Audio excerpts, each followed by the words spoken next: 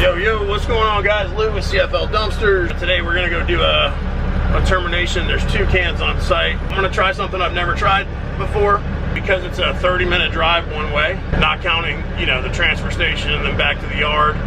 So instead of doing that trip twice, what we're gonna do is we're gonna grab 1 can, bring it back to the. Let me show you. All right, so we're here, and somebody moved my cans. There's no way for me to back up to them. And I don't have chains. Oh, dude. So we charge for this. I'm gonna have to call a lady. I don't know if my cable's long enough to even snatch that box out. But we're gonna find out. Apparently she knows, who moved them. So she's gonna see if they can have it, where they can drag it back out. I definitely need that one dragged out. I might be able to snatch this one out with my cable. That's what we're gonna do. We're gonna give it a shot anyway. And while we're dumping that one, we can have the guys pull this one back out. What a cluster, man. All right, the roller's touching the ground. So we're gonna back up to hook the cable.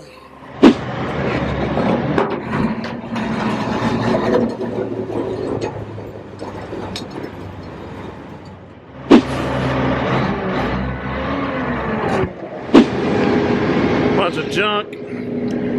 Up she goes.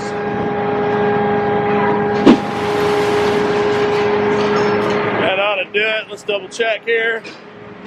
The rail's almost to the ground. Yeah, it looks like it's all gonna come out.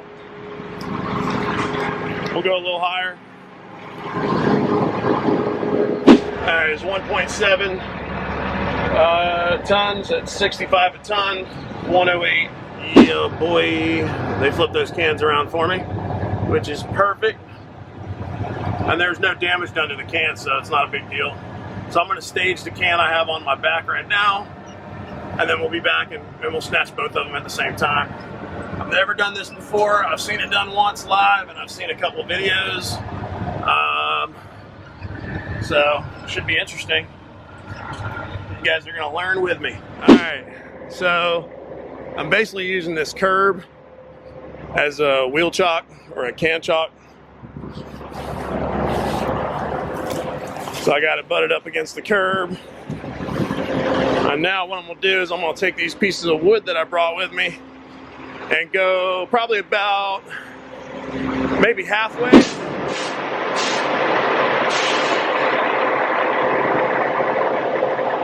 So we got that one staged. We got this one on. Let's go dump it, and then we'll come back and we're gonna take both at the same time. So shouldn't be too bad. But again, it's a learning experience, so give it a go. Better than taking 2 trips, I'll tell you that.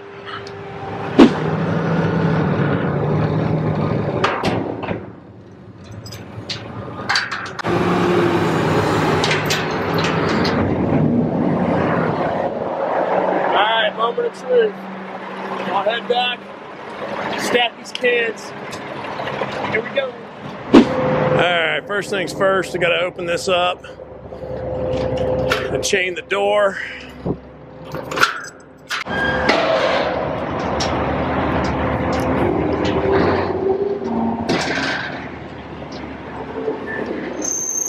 Barely, baby.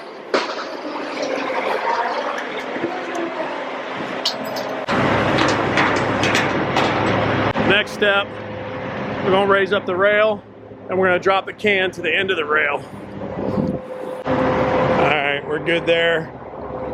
And now we're going to back up and scoop this other can.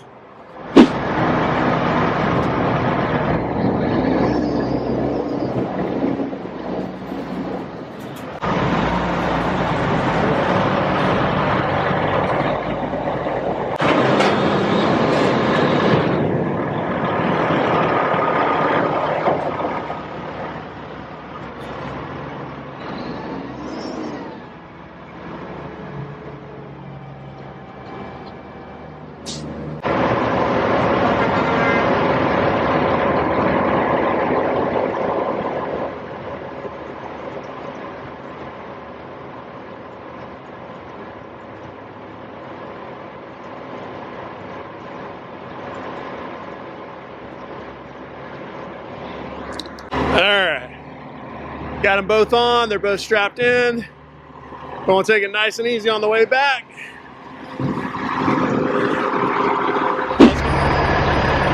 All right, we made it safe and sound with no issues. Straps are still tight. And the one downside to hauling and stacking 2 cans is when you drop it, it's not gonna come off gracefully.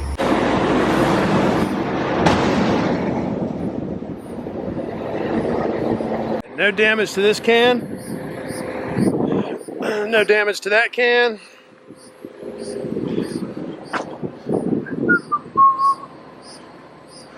Yeah, we got a couple little, you know, scrape marks, nothing big though. Whoopsie! Got some big scrape marks back here.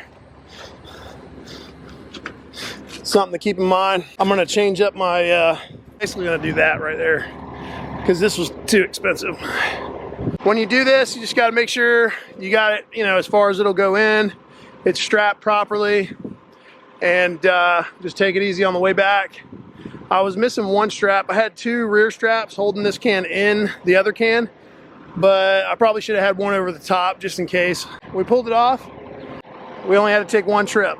So, all right, today's grand total, 1.21, 1.7 for 2.91, and it cost me $185 roughly, and then I put $85 in fuel, so today's cost was $260. Gross today was $1,200, and I have 3 cans on the yard. So I've got a couple people lined up. I'm gonna call them back and see if we can book these cans. We've got a storm coming this weekend. Usually, if the storm comes by, we usually get quite a few calls. So we'll definitely, you know, book these. If not this week, we'll book them early next week. But I'm pretty sure these will go before the weekend. So just to give you guys kind of an idea, I've been tracking my mileage in this thing. I've been getting an average of 5.58 miles per gallon. And I don't drive it real rough. I'm real easy with it, but that's what can be expected. Before my F450, I was getting, I think 11 or 12, depending on how I drove and how much weight I was hauling. So this thing stayed consistent pretty much. You know, I'm always hauling if I'm bobtailing or I don't have a load on my back. You know, it's the average is 5.58, which is not too bad. It is, what is it, 4:15? We'll call it a day, guys. Thanks for watching. Lou with CFL Dumpsters.